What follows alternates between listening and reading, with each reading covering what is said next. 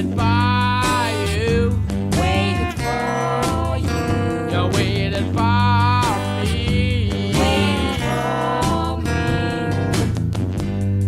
Rain came down, pitter pat. Said, what you think? It's raining outside. Said, so what? You turned the record player on, had a smoke, stood out, walked across to the John in a cloud of mist. Couldn't resist. Kitty stepped into the hall, she rapped the door. Found the key in the letterbox, she turned the door, walked into the room, said, what's going on? I just got back from down the road. I got a couple of bottles of wine, something to turn you on. What do you think of that? I said, sit down, child. Pull up a seat, you're soaking wet. Take off your coat and hat. Wipe your feet on the mat. In the back room. In the back room. I'm waiting for you. You're waiting for me. What time is it, Johnny? Where did we go all day? We seem to get nowhere and do nothing but sit looking at each other. They said, I know. I've been doing the same thing for weeks. I look at the clock and all of a sudden I'm hypnotized. It speaks to me. It goes tick-tock. Tick-tock, tick-tock. Kitty said, I don't know what you guys do, but I've been working so hard lately that I get home and I just fall asleep in bed.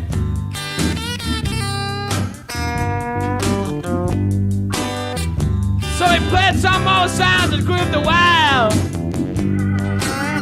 Somebody brought out some cherry wine, cherry wine. And we talked about what was going on in the music world and other things.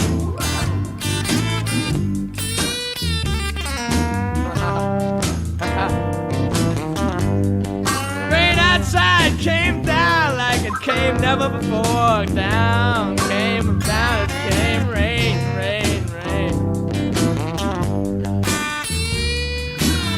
And I said, baby, what time is it? What time is it? Tell me, what time is it? 4:30.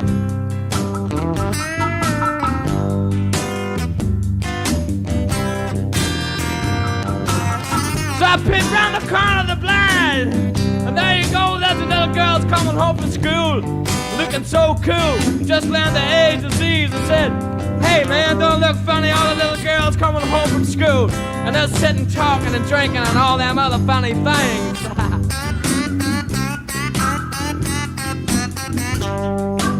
And Johnny said to me, you know what? I said, what? He said, man, you gotta go out there and do something for yourself. You like want to make it, or else you're gonna be sitting around here like nothing. He said, you're right. He said, you're so right. He said, I know. I said, do you? He said, you know, you're cutting records. Cutting records right, you can't do that. Like, get through all the time, you're gonna be out on the road. In the back seat, man, on the highway. And the colors are gonna run. All of a sudden, don't you feel sick? The next gate, you gotta make it. I said, yeah, I feel sick. I said, you know, I can't stay here all the time as much as I'd like to, but I just loon about all day and all night and take signs to go down to the river. And once the artists go through the motions, gotta do my thing.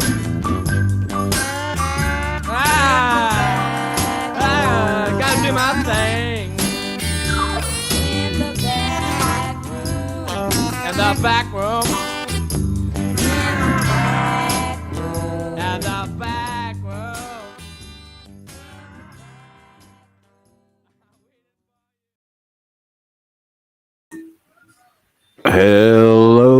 codedfriend.001 listeners. Hello, baby. How's everybody doing today? It's been a minute. Apologize for not being around too much, but work has got me slammed. I'm down two guys who had to go back home for personal matters. Both one is from the Congo in Africa. He's been in the U.S. probably about 20, 25 years or so. And he had to go home to take care of some property issues, as I know all too well. If you don't have trusted family or friends and you're in America from a foreign country, your property may disappear out from under you, especially if it's not a first or second world nation.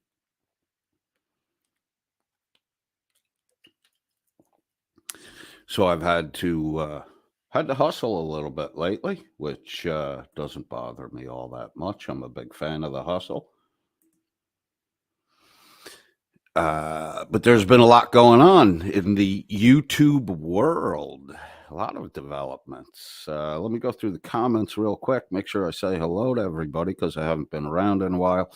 Delete Lips was the first one up today with an NTFG. He says, my timer is set. I hope you're doing well. Thanks for being here, Delete Lips. Hello, baby. Second in the chat. First like. All right. I'll be back, but a tad late. We're waiting for you, baby. Zach and Butch are here as always. Oh, Zach and Butch is now Zach and Butch, the friendly pit bull. Butch is a pit bull? Nice. Shoot me an email, codedfriend.001 at gmail.com. The O's are O's, not zeros. Send me a picture of your friendly pit bull. I'm a huge dog fan. I fucking love dogs. W124 Mercedes is in the mountains of Idaho and apparently has a dead battery and his freezing his danglers off.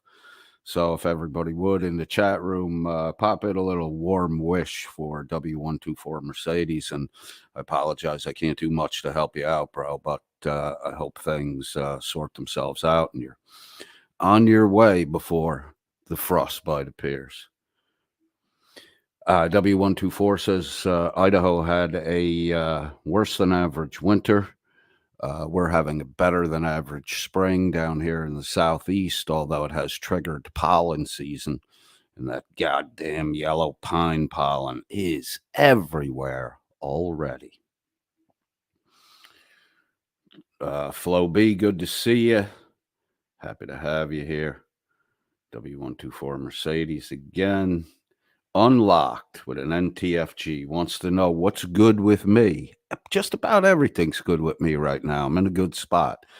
Let me know how your job's treating you, Unlocked. I hope you making money, stacking it up. And as I saw in another comment you left in there in the chat, you got your money in gold and silver. You're happy it's not in the bank. I'm sure a lot of people are feeling that way right now. Don't worry. It'll sort itself out. It's just fucking money. Don't fret that shit. Take care of your health. Take care of your family. Take care of your friends. The money will sort itself out in the long run. Not that big a deal. Tony Dorman says, fuck chili. I agree with you 100%. I don't think there's anyone in the chat room that will argue with that, although I think that comment was sorted out by the YouTube whatever, though it did appear in my StreamYard, and there it is on the screen. Lisa's with us, the pink hand waving. Delete Lips says Jeremiah, I'm assuming Jeremiah Payne, has vowed to not be e-begging so much. Good luck with that one. Steal a few more bicycles, whatever you got to do to get that next hit, buddy. Two-Face Smitty, who apparently doesn't care, according to his own name, says, oops, sorry. thought this was the men's room. Two-faced. Why do I get the feeling that that's a line you've spoken quite a few times? Misty-eyed girl is with us. Glad to have you here. Everybody loves a misty-eyed girl. Walter, Texas. How's everything down in the deep south going, bro?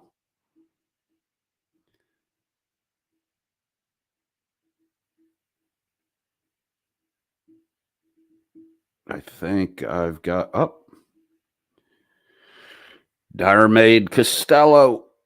Chris Chan was banned out this morning. Give me a little info on that.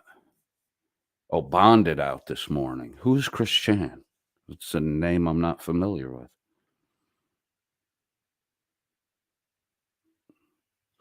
Unlock says work is going good. He's learning the ropes right now. You can do it, bro. I have no doubt. You can do it. Make that money, pile that up. I'll see you. We'll all get together in our retirement age. By the time you retire, Unlocked, I'll probably be close to, I'll be pretty fucking old. But I'm pretty sure we can all meet on a beach somewhere and have a fucking good day or two together. I look forward to a little Coded Friend 001 10-year anniversary beach party. Let's start planning now. Purple Rain is with us. Says hello to all. Hello, Purple Rain. Cool. I think that gets me caught up. I've said hello to everybody. Oh, my cousin, Vera Campos, is in the chat room. Hello, Vera. How are you today? How's everything down in the northern end of South America? I hope everything's well down there for you.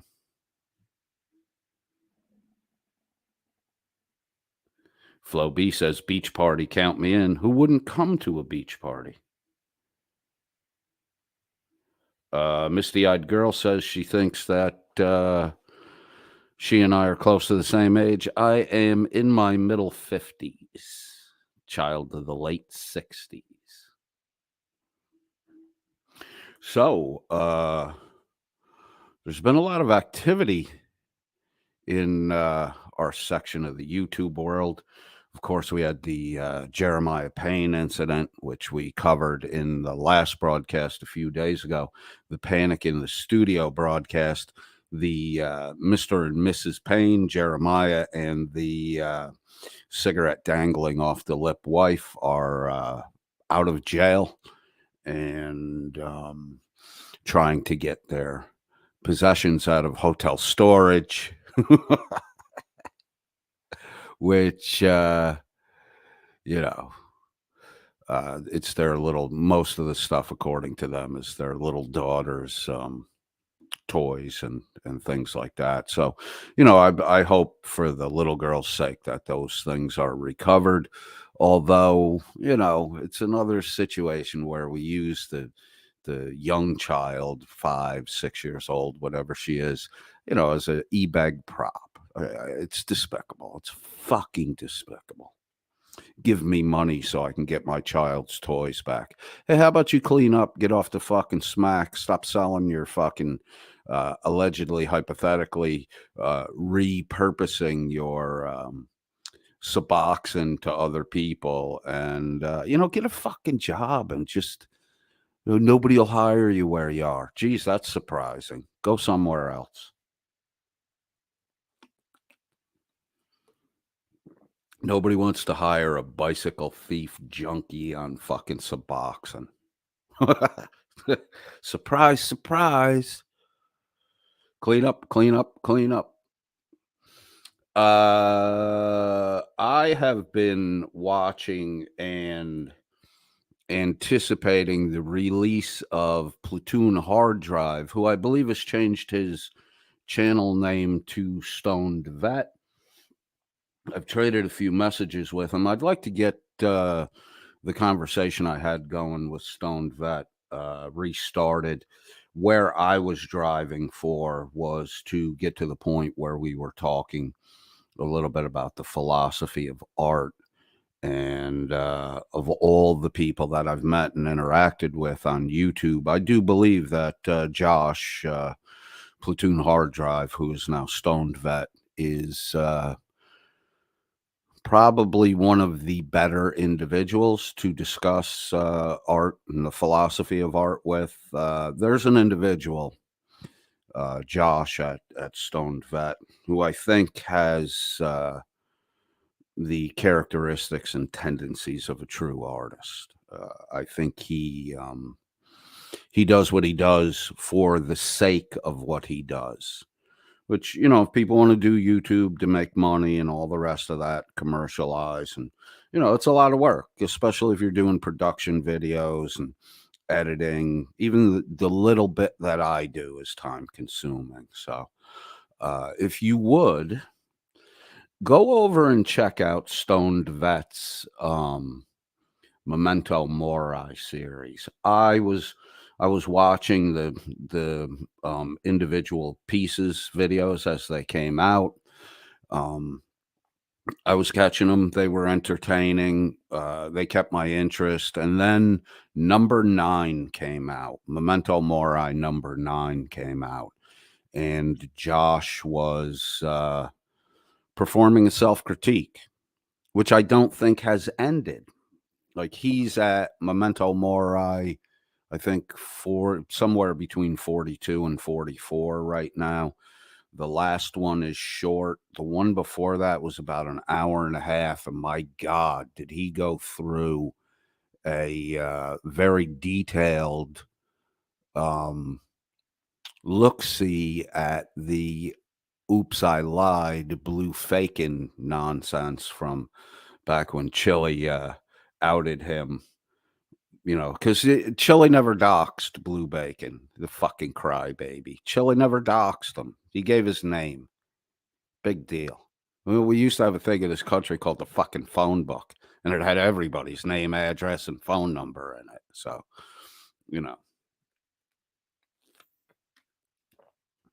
But in Stone Vet's number 9, Josh did critique himself. And he's continued to critique himself as he looks at the interactions, not only with Blue Fakin, but it appears now that Johnny O from the Plot Hole and possibly J.L. Warren were responsible. And I'm saying possibly. I'm not saying definitely. I'm saying possibly responsible for some of the sock account trolling that I think became a little overwhelming for Josh, or I don't know if overwhelming's the right word, but burdensome. And Josh has really handled this situation very well. Maybe he came out of the gate too strong, too fast on the Blue Bacon thing, but I'm not really sure where Stone Vet actually said anything about Blue Bacon that was less than accurate.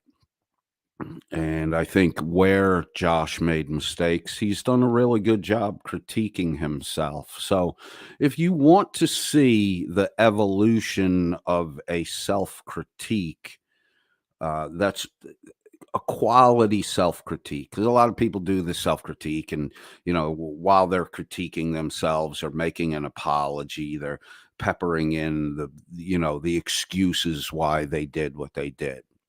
Stone Vet didn't do that. He pretty much owned up to where he made mistakes and what he did wrong, how he's corrected that, and how he's moving forward from that. And I really think the Memento Mori series is a phenomenal account of how to critique oneself, one's behavior, one's presentation. Lisa in the chat says, Stoned Vet is too strange for me. Seems to need help. I don't really see that. I don't see that. He is strange. I would agree with you that he's strange in the sense of unique. He's not normal. He's not normal. You got to take a look at his life, the military experience, the psyops, the intelligence work. Stone Vet is not a normal person, and I believe he would be the first guy to tell you he's not a fucking normal person. I'm not a normal person. I'm not in any stretch of the imagination a normal person. I was raised, suburban America, middle class. I got a job as a broker on Wall Street. I was retired at the age of 28. That's not fucking normal. That's not normal. And I mean, a huge part of it is just, serendipity and dumb luck. There's a lot of pre luck education work, nose to the grindstone, that kind of thing. I created a situation where I could get lucky by, in the Christmas break of my senior year in college, I went down to New York City. I grabbed the Barron's. I grabbed the Wall Street Journal before I went. I set up interviews with with big brokerage firms that I didn't really want to work for. I knew I had a good idea who I wanted to work for.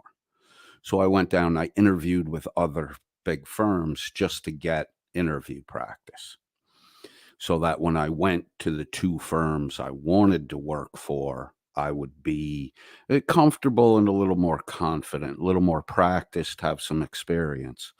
And, dumb luck. I created the situation. I stepped into it. I got a fucking job. I got a really good job. So, you always got to be trying out there, especially if you're younger. You always have to be trying because you have to make your own luck happen and you have to make your own luck work.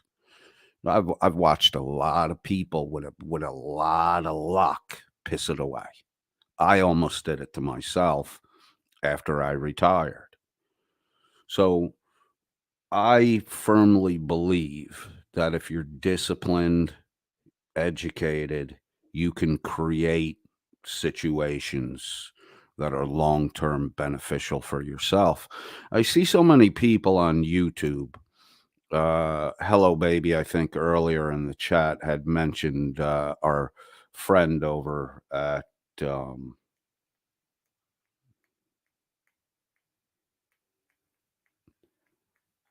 Sorry, I was reading something in the chat. Misty Eyed Girl, I do not know Paul, unless that's Paul Unslaved's real name. Then I know of him, but I don't know him. So I do believe that, if you're disciplined, if you're educated, you can create your own situations that are long term beneficial for you. And that's what I call luck. That's what I call luck. Because things just happen. They just happen. But if you're constantly out there bitching about it, the man's got his fucking thumb on you and the government, blah, blah, blah, and everybody's out to get you. If that's your mental attitude, you're going to see that everywhere you go. And the luck you're going to create for you is not good. You're going to create unlucky situations. And I think that's why I'm so interested in what Josh Stoned Vet is doing with his Memento Mori series and with the self-critique part of that. It's easy to go out in the world and find, this is wrong, that is wrong. It's way harder to turn that critical eye back on oneself and to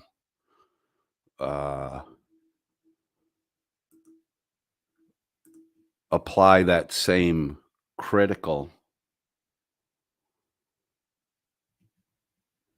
examination of the world to oneself. If you're going to critique the world, critique yourself first. I've been listening to a decent amount of let's get back to the dumb luck thing. There's two links in the description box below. One is Dummy Kruger, who Dummy Kruger kind of I found Dummy Kruger like when I started, and he was a low sub count. He's well over 10,000 subs now. Here's a guy who, you know, his videos are regular, his videos are quality, his videos are interesting. The last video he just did sums up a series he did on Denver Metro audits. So let's talk about creating dumb luck. Here you are with a gang of people threatening to storm a public building. The police are right in front of you and they're telling you, if you come through the door, they're in the lobby. If you come through the door from the lobby into the main building and the cameras are on, you're getting arrested, right? I don't think DMA would have gone through that door except for the dumb luck that he created. He created it because Denver Metro Audits created the situation with all the people pushing through the door. And then the dumb part of the luck is Chili DeCastro showed up.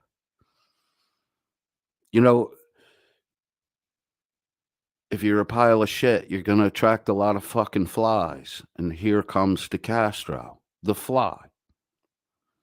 And DeCastro shows up, and the dumb luck of it all, DeCastro encourages Denver Metro Audit to go through the fucking door with his camera, and DMA gets arrested. It was just a ticketed offense, and he was on his way very quickly. No bond had to be posted. He didn't take the ride. He got a ticket. He just got convicted on felony charges. So the video's down there in the description box. Jump on over after we're done with the broadcast here.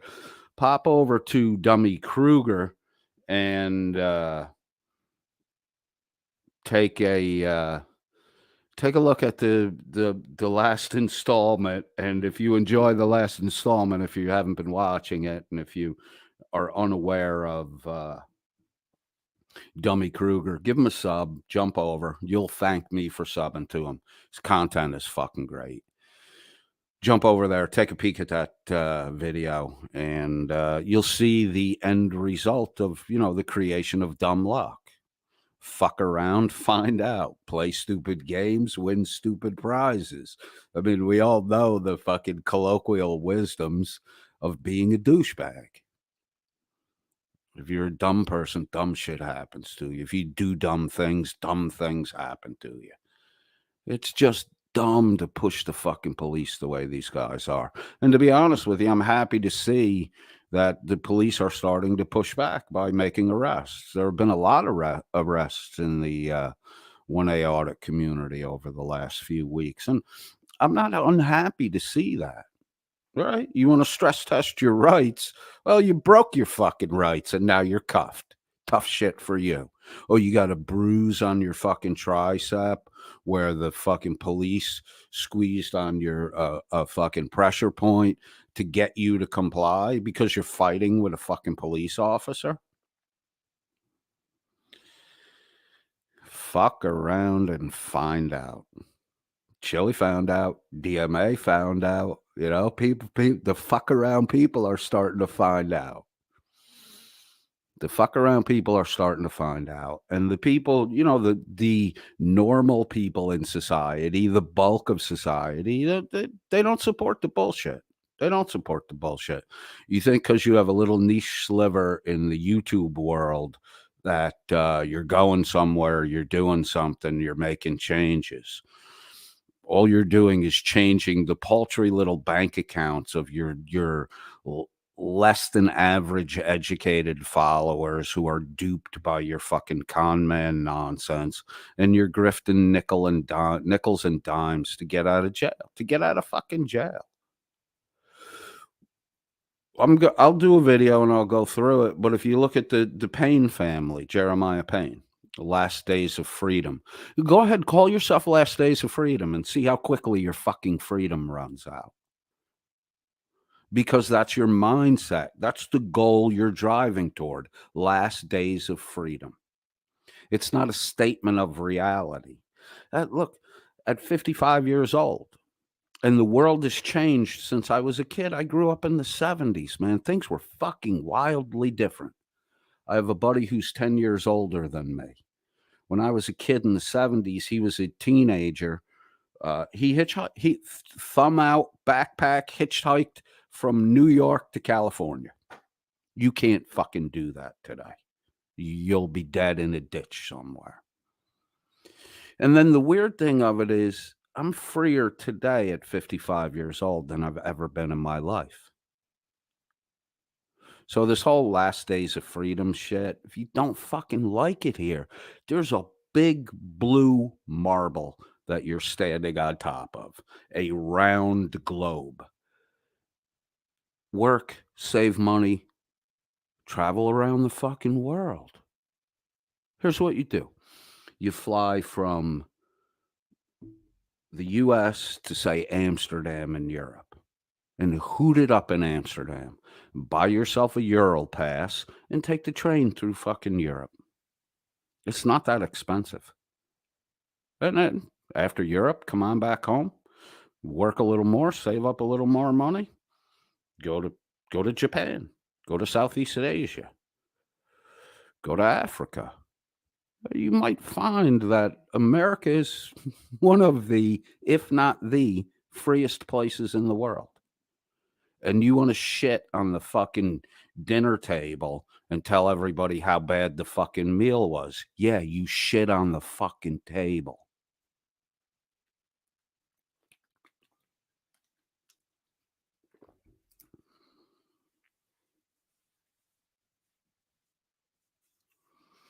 Everybody misses the 70s, miss the odd girl. Everybody who was in the 70s misses the 70s. And there was a lot of bullshit and nonsense going on in the cocaine fueled go-go days of the 1970s. I mean, every generation, every decade has its overwhelming beneficial positives and has a plethora of shit that will drag you down into a fucking hole that if you don't get your shit right, pull up your socks and get out of the sandbox and quit waiting for mommy and daddy to come and save you. If you don't take responsibility for yourself, you're fucked. You're fucked. You're just going to be in that hole your whole fucking life, digging it deeper. Then some of these people have dug a hole so fucking deep they can't throw the dirt out anymore, and they're throwing a shovel full of dirt up just to have it rain back down on their fucking head, and then they're cursing the fucking world. You're the one digging the fucking hole.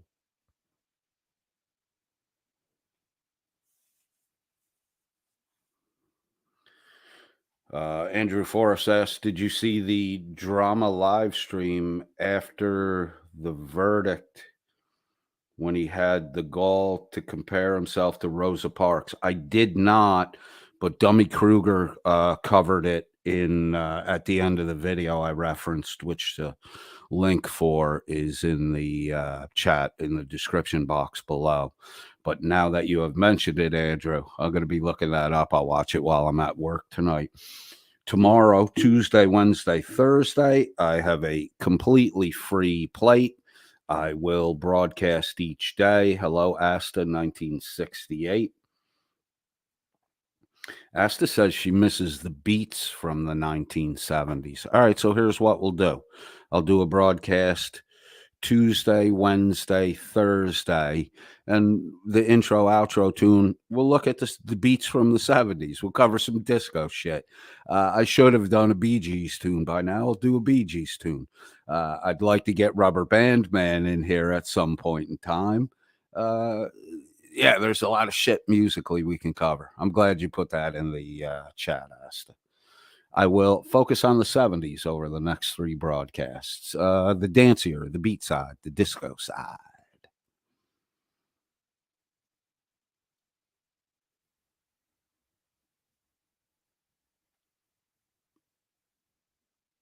Gia says, yes, I traveled to Italy, Turkey, and Greece for 23 days.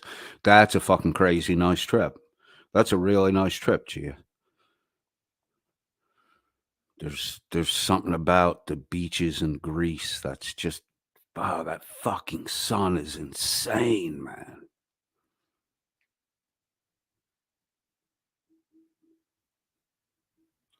Michelle in the chat, Donna Summer. I'm sure we could get a Donna Summer tune in there. Not a problem on that one. Flo B agrees. Gia, that sounds wonderful. I'd love to Anna Viking River cruise down the Rhine or Danube. There was a typo in there and I can't figure it out. Yeah, down the Rhine, down the Danube. Fuck yeah. Fuck yeah. That'd be a great one. Maybe we for the 10-year coded friend .001 get together beach party. Maybe we'll start it in a river, up a river. We'll take the boat down the river to the beach. That'll be a great fucking trip, man. There's so much shit we could do. This world, this life, it's shitty at times. You know, there's gray clouds hanging over fucking everything. But I'll tell you this: if it doesn't rain, nothing grows. If it doesn't rain, nothing grows. So you got to have a gloomy day or two. Because you got to get some wetness down so that shit'll grow when the sunshine comes. And the sunshine always comes. It never rains everywhere forever. Never. The sunshine always comes. So work the fucking rainy days, work the fucking shitty periods. And when that sun busts out, man, tell your boss, I gotta fucking go. I gotta go. Save yourself from the burdens of life and don't buy shit on credit unless you have to, right? You got to buy a house on credit. You got to get a mortgage. As my grandmother told me, you're going to pay one or two people in the world. You're either going to pay the government, your taxes. If you cheat your taxes, and you're going to pay the bank because you're going to get a higher interest rate because you're cheating your taxes. So you're showing lower income than you have. So they're going to get you either way. They're going to get you either way. And who gives a fuck if they get you? You're not leaving here with anything. You came in with nothing, you're going out with nothing. I mean, if you want to talk about wealth and the accumulation of wealth and all that shit, the best thing I can tell you is a quote from the scripture. And it says, a wise man leaves an inheritance for his grandchildren. That's 2 generations out thinking. A wise man leaves an inheritance for his grandchildren. And then the follow-up statement right after that is the wealth of the wicked is stored up for the righteous. So I have I've been over watching the Zetetic Z meltdown. Hello Baby mentioned this earlier in the chat. Zetetic Z, our warrior princess, has not had a broadcast in 4 days because last Wednesday and Thursday he was encouraging 2 individuals, Ian from We Are Awake TV, and another guy who called into his show, Crunchy B, I think the guy's name was. Zetetic warriors actually encouraging these 2 to kill themselves. Not figuratively, Zetetic's own words, not figuratively, not joking around. He wants them to actually kill themselves. And then he's taking polls or bets on which one's going to off themselves first.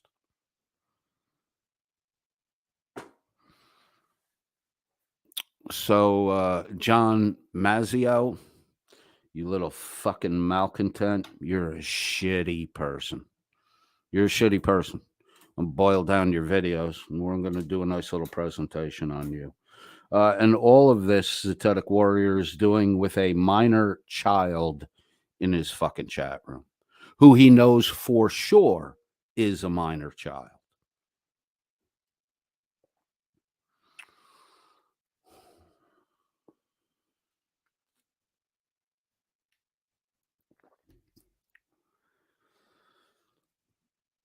when you let yourself go, it's amazing how low you can go. And Satanic Warrior probably made the smart move in shutting the fuck up and getting off YouTube for a while. But Zatetic is the kind of guy, John Mazio, who made dumb choices in his life. Really dumb fucking choices in his life. He didn't want to get the COVID vaccine, so he was asked to resign from his job. And if he didn't resign, he would have been fired. And that's all great.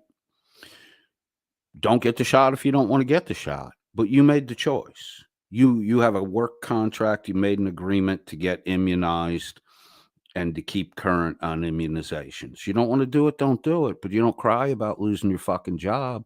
You signed a contract. According to John Mazio's own biographical history, before he was employed in whatever hospital or institution he was employed in, he was in private practice. Okay.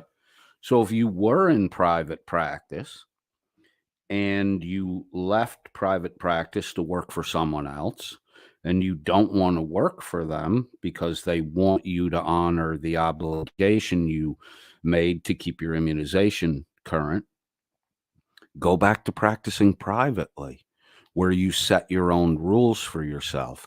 Don't piss everything down the fucking toilet and then come on YouTube and cry that the world is a shitty place because you made bad fucking decisions.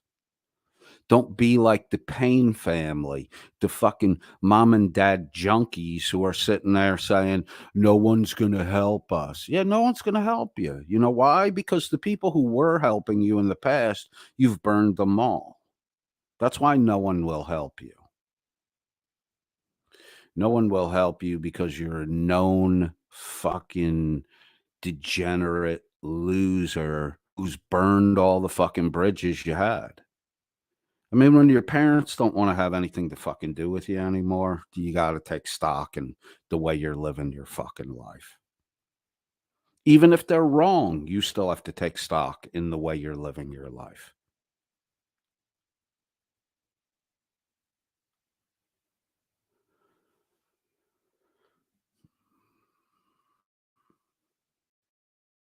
Unlock says in the chat room, I make bad decisions, but I dealt with it and sorted my shit out. Unlocked. We all make bad decisions. That's fucking normal. That's normal. When you were a kid, did you make a good decision to get on a bicycle for the first time? No fucking training wheels. Was that really a good decision? How many fucking times the first week or so did you fall for no fucking reason and injure yourself? Was that a good decision? Eventually, you learned to ride the bike without falling off it, but then there was a mishap along the way when you were going too fast on the bike or not paying attention or riding no-handed, cut off by someone or whatever, and you took a fucking dive on the thing. It's fucking normal. What do? You get up, you dust your pants off, you straighten up your bike, you make sure everything's functioning properly, you get back on the fucking thing, and you get your ass home to take care of however you fucking hurt yourself. That's why I like that Memento Mori series by Stoned Vet. I mean, I think he's done an excellent job riding his bicycle, not riding it, riding it, getting it upright again on it, and getting down the fucking road, man. He's doing a great job with it. Not only that, but the presentation of his videos, the editing, the quality of them, the coherency of thought has evolved tremendously. And I want to give a shout out to my buddy Josh at Stoned Vet. And I want to see more of the Memento Mori series, bro. Every day I check fucking YouTube and I'm like, oh, okay, there's 2 of them today. Great, fantastic. If I'm at work and I'm bored out of my fucking mind in between the flow pops, I I check to see if Stone Vet's got anything new out. If Stone Vet doesn't have anything new out, I head over to Team Skeptic. There's another one too. Right before this broadcast, Flo B was over there. Team Skeptic, great fucking video, man. If you need a laugh, go watch Team Skeptic's last video. It was fantastic. And his sense of humor is so close to mine, it scares me at times. That boy is fucking funny.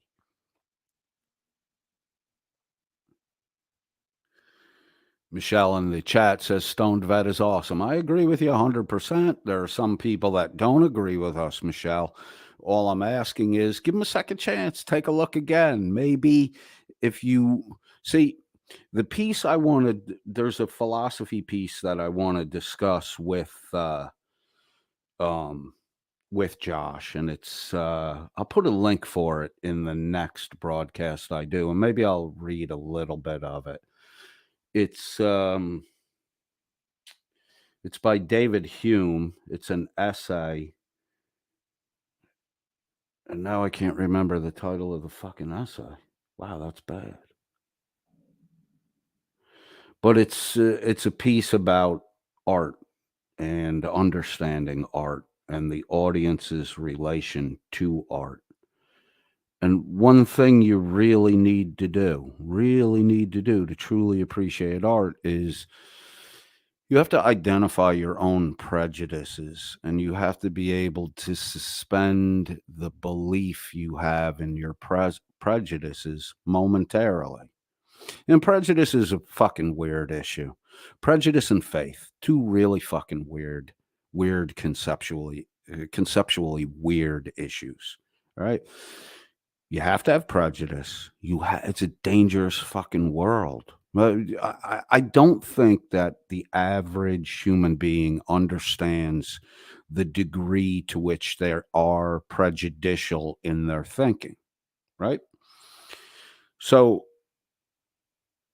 if you're alone on the street and you're walking down the street and there's a shady fucking character walking up on you, maybe acting a little kooky, it's getting harder to tell the crazy people from the sane people since the invention of the cell phone and the ear pods, because you can't even see a cord hanging from the person anymore.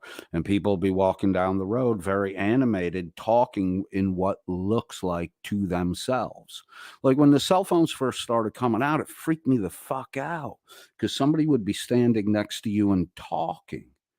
Now, my entire life, I was brought up and raised not to ignore people and not to be rude to people. So somebody next to me would be talking and I would turn to look at them. And they would act like, maybe I was trying to eavesdrop on their conversation. But that was back in the days when the cell phone was new and you weren't used to people just walking around talking into thin air. Now it's kind of new.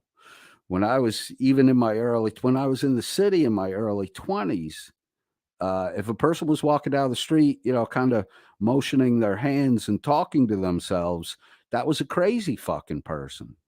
They were talking to themselves. It's hard to tell these people anymore because half of them are talking into fucking cell phones now. Hello, baby. Baby has arrived. Did somebody put baby in the corner? Where were you, baby? So, we carry a lot of prejudices with us, and we need those prejudices because you can't think every decision you need to make. You can't think them all out. There has to be some reactionary effort in stimulus to keep you out of harm's way, right? So, you have to be able to identify what your prejudices are. And when you're looking at art, to understand art properly,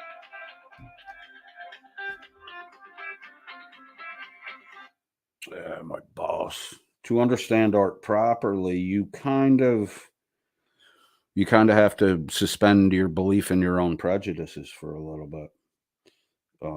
It's necessary for the full appreciation. So if you find Josh a little strange, a little weird, whatever you find strange or weird about him, try to put that in the back of your mind and give him a chance to communicate to you. If that doesn't work, then good guess, delete lips. Then move on and go somewhere else.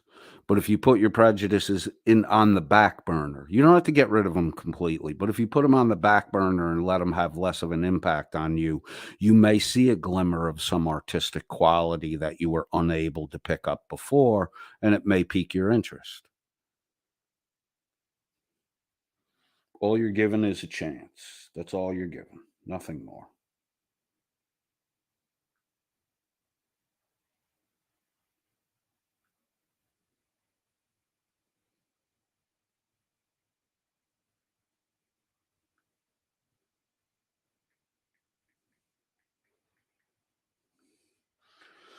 One of my coworkers who in the beginning of my career at the company I'm with now, which I'm starting my 11th year. Amazing, man.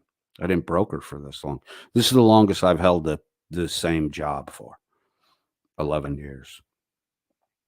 So one of my coworkers, who is actually a guy who is right around my age, who I spent a lot of time with in the beginning, and kind of acclimated me to the scene and taught me a few ways to deal with people who were less than agreeable. He's had an on and off issue with the lining that's around your lungs and heart, and it's causing fluid to build in his lungs, and he's had some issues where he can't breathe, and he's thought he was going to fall out a little bit. He's been in the hospital for the last few days, and my boss just let me know he's getting out today. So good news on that front. As we get older, we start to watch people go. It gets a little depressing at times.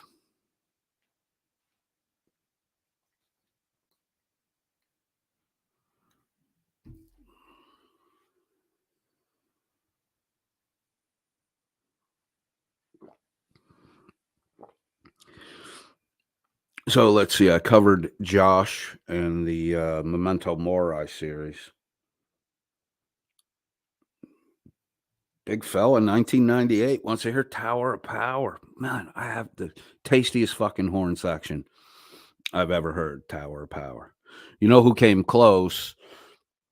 A little thinner, a little limited, but the band Cake in the 90s had a fucking really good, really good horn work in some of their rock and roll tunes. Yeah, we'll do some Tower of Power. Not a problem.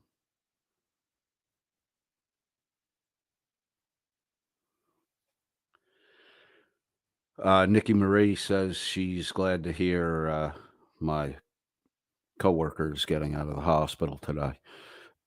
This is what I like about you guys the most is we can get in here, we can bust balls, we can talk shit, but on the more serious, you guys, my audience, as harsh as you are at times, and I've seen you in other chat rooms, a lot of you, you guys can zing some shit out. And you can, really fucking knock the wind out of some bloviators. But when it comes to the other side of the equation and people need help and support, I've seen the comments, I've seen the things you say, and there are a bunch of you guys that are just top notch when it comes to supporting people and letting people know that there are people who don't fucking know you in the world who still, despite the fact that they don't know you, wish you well and want to see you succeed. If there was only one fucking person in the world who didn't know me but still wanted me to succeed, that one person counters all of the bullshit that I have to deal with people on a regular basis. So I'm glad I get to interact with you. I don't know any of you. I fucking know any of you. But in 5 months, you guys come around regular, you support me, You support me despite my technical fucking problems and the rest of the nonsense. And, I don't have a regular schedule. I'm not every day, but I schedule a broadcast and the crowd fucking shows up. It's absolutely beautiful. It's beautiful. And I thank every one of you, even if you're only in here for the first time. I thank you all for the support that you give me. I really do. If there was only one or two people in the chat room, I'd still be talking. I don't need an audience to talk. I'm not normal in that. I mean, I'll take a walk in the woods by myself and I'll have a fucking out loud conversation with myself. I have no problem with that shit. I'm one of those guys you might have seen on the street in the city talking to himself and got on the other side of the road saying, that motherfucker crazy. He's talking to himself. Yeah, I'm not normal either. And what I know about myself, what I know about the limited amount I know about Stoned Vet, Josh, I'm a stranger fucking person than he is. I really am. I have weirder thoughts. Nothing harmful. Just I think about really weird shit, like really weird shit. But that's where I think the artist has to have that, because that's where innovation comes from. That's where, a unique perspective on things. It comes from that weirdness. If all your thoughts are normal, all your behavior is going to be normal. Everything you see is going to be normalized. You might see things that aren't normal, but if your mindset is all normal, you will normalize what you see. And there's an opposite side on that coin too. If you're too far out in fucking left field, then a flicker of a flashlight on a cloud, a high beam flashlight on a cloud, becomes a fucking UFO. So you can't stay out on the extremes too long. You can go out there and visit, but you can't hang out there. You got to go out there, take what you get, and come on back. You got to have a semblance of normalcy in your life. And when you lose touch with that, things can go to shit pretty fucking fast. Our boy, who I haven't done any real coverage on him in a while, Morgan Tristram, I caught a part of a video he did, the last video he did a day or two ago. There's a boy who's been out on the extreme too fucking long. But a boy is a generic reference. I don't mean that in a derogatory fashion. There's a man who's been out on the fucking mental extreme for way too long. Way too fucking long. Delete Lips says it's a fine line between creative and crazy. I agree with that 100%. Tony Dorman in the chat says, what's normal? Normal is what... All right, here's what normal is. Because I learned this about myself when I was on Wall Street, when I was brokering. I'm a contrarian.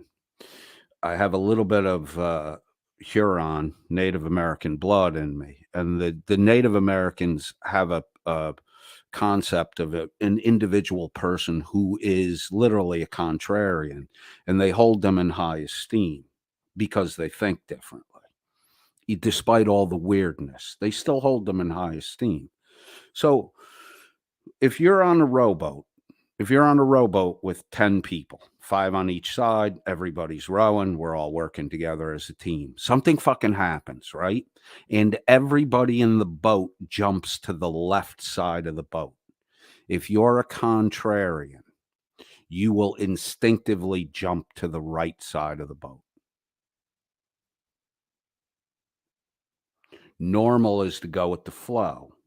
Contrarian, not normal, is to go against the flow, go to the opposite side.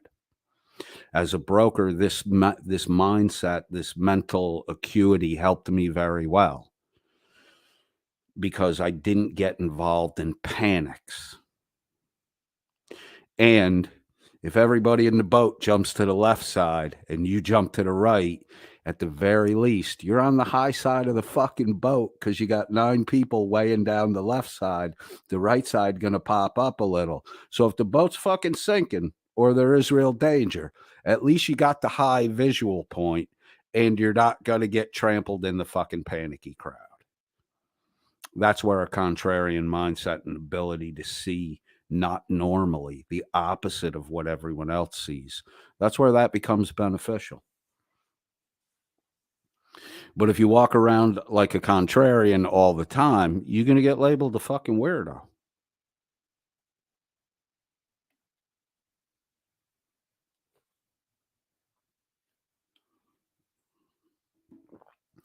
Nikki Marie says, who wants normal? I want a little out there. So feel free to talk to yourself anytime. Technically, Nikki Marie, these broadcasts is me talking to myself. I mean, I do interact with you guys in the chat, but I know what I'm going to, I know the core of what I'm going to talk about before I come on and broadcast. Today's a little more impromptu. But it is, I know I wanted to talk about Dummy Kruger's last video on the summation of the DMA nonsense and the influence that dipshit DeCastro had on DMA, because DeCastro literally pushed DMA into a fucking bad luck situation. Listening to Chili DeCastro is bad luck. It's going to create a fucking bad luck situation. Look at Deborah Rogers. Look at Deborah Rogers. And there's some other shit with the Payne family, Jeremiah Payne, Last Days of Freedom. There's some other shit with that too. I mean, they grifted Chili. They grifted the grifter. But Chili's so interested in, having a success story, that he went all in. And Chili got taken for some fucking money there. And I'm sure Chili took some money. In fact, I could show you where Chili took some money.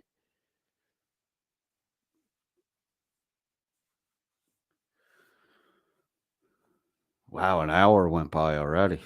Cool. All right, so I have to meet up with my boss, and we're going to take a little ride and go see my coworker who just got out of the hospital.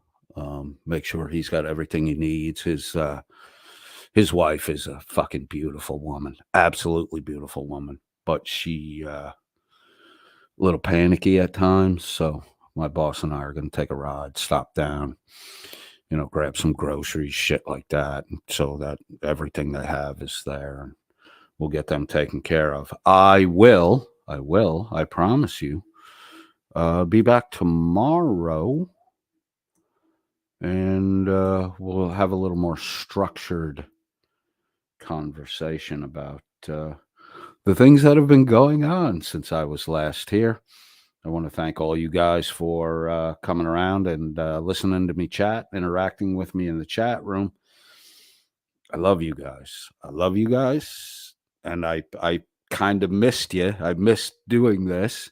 So I made sure I got a little time in today to acknowledge my listening audience and the people I've apparently come to miss. Like, I want to know what you guys are doing. I want to make sure that 4 or 5 days go by, nobody's disappeared and nobody's having any difficulties in life, or difficulties in life the type of which they can't surmount on their own. So as far as the next few broadcasts go, we will highlight the beats of the 70s, coded friend.001. They're O's, not zeros. Coded friend.001 at gmail.com. Send me a quick message and let me know what tasty beats from the 70s you would like to hear, intro, outro, and we'll get that taken care of. We'll add a few of those to the broadcast. Whatever's left on the list that we don't do this week will be peppered into the rest of the stuff we do down the road. I'm going to load up.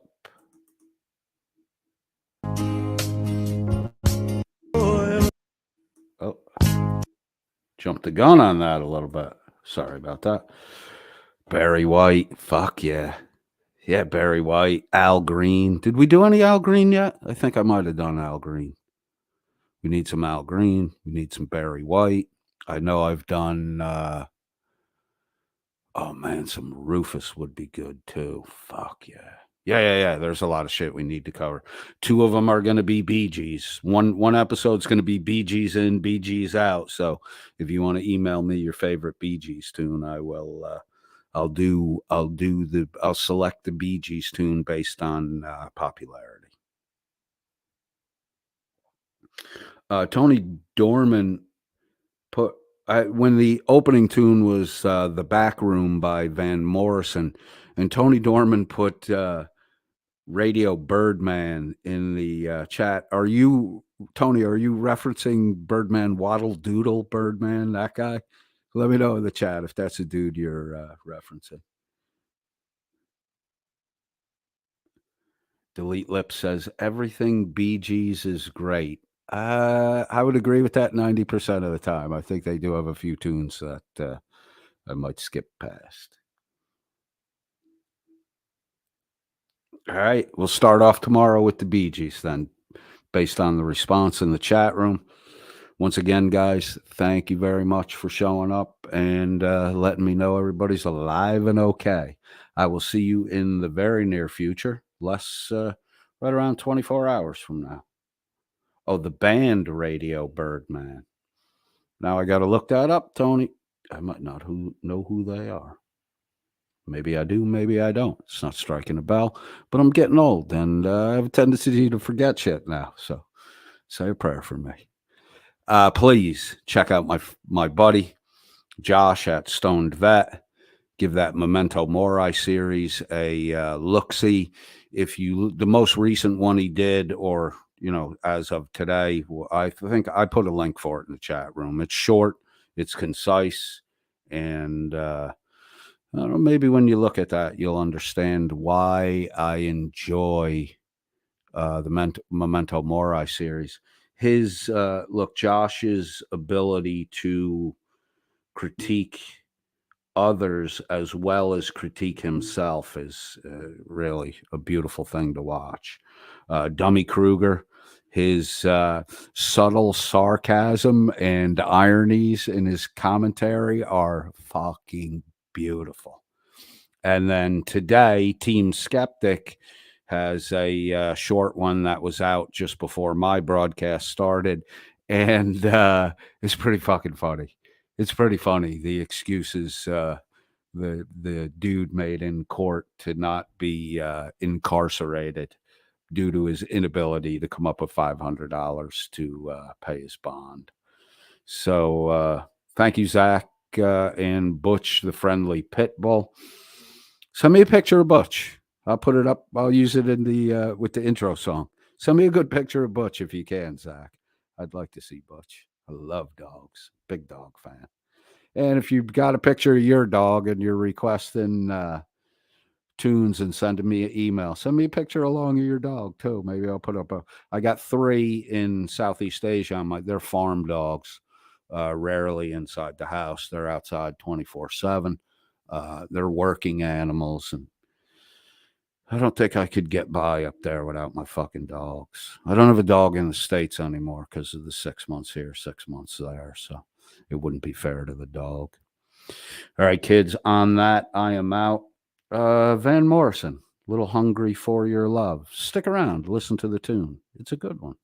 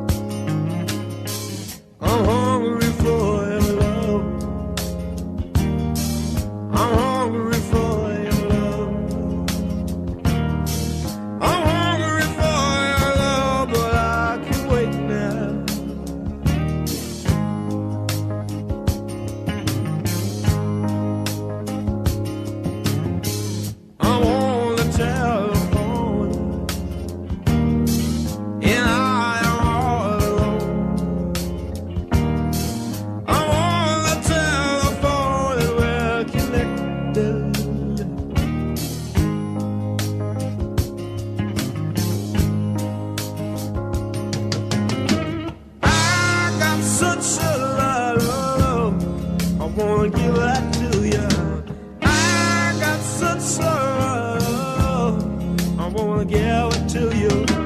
I got such a love, I'm gonna give it to you.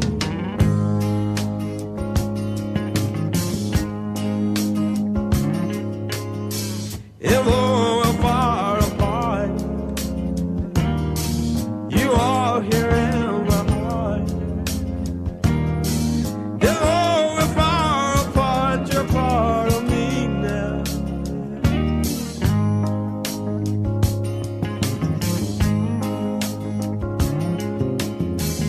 And after all the years, and after all the tears, and after all the tears, they're just the truth now.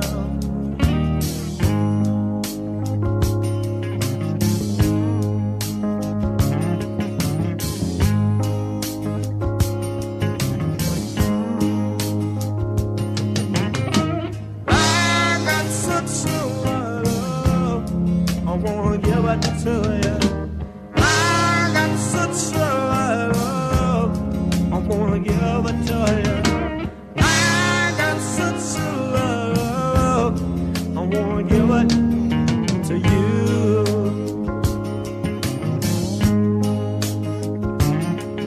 Well, I'm hungry for your love, hungry for your love. Well, I'm hungry, yeah. Well, I'm hungry for your love. I am.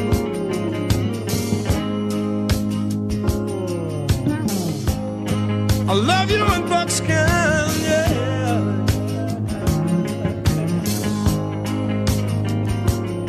I love you in buckskin, yeah. Yeah, I love you, I love you, I love you, I love you, I love you, I love you, I love you, I love you, I love you, I love you, I love you.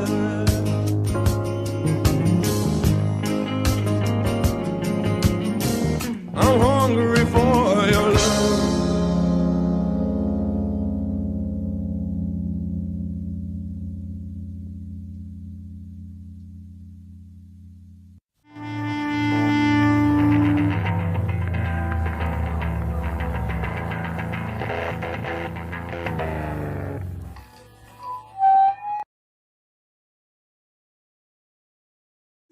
Have a great day, codedfriend.001 listeners, and anyone who straggles in for the replay. May God bless you. Keep you safe.